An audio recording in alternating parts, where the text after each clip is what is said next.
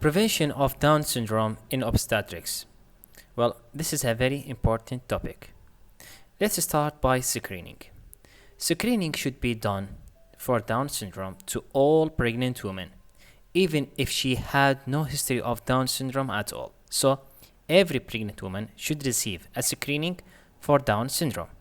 And here we divide that into two tests. The first one is calling screening tests, and the other is calling diagnostic tests or confirmatory tests. So please differentiate between these two. For screening tests, it depends on the gestational age.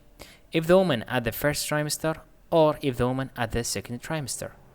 In case of first trimester, here we have two tests, either ultrasound or beta ECG.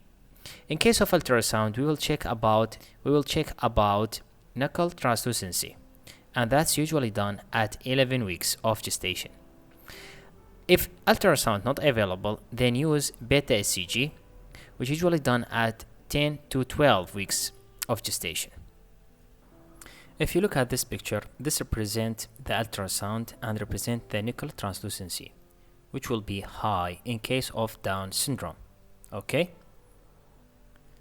While if the woman at the second trimester, then use quadruple test.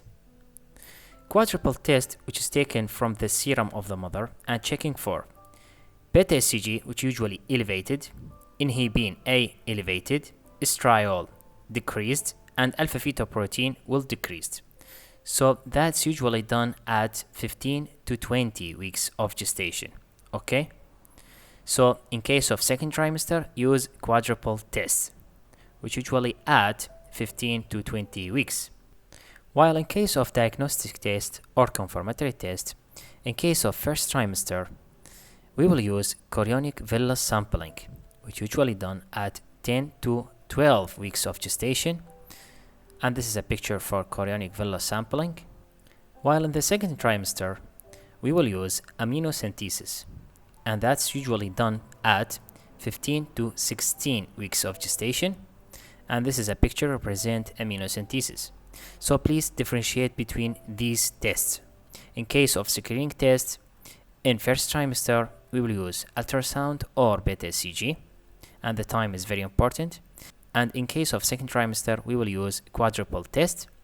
And for diagnostic test or confirmatory tests, for first trimester, use chorionic villus sampling, and in case of second trimester, use amniocentesis. All the numbers here are very important. That's all what you need to know about this topic for AMC MCQ exam. For full course, you can contact us through amcqbook@gmail.com. Thanks and goodbye.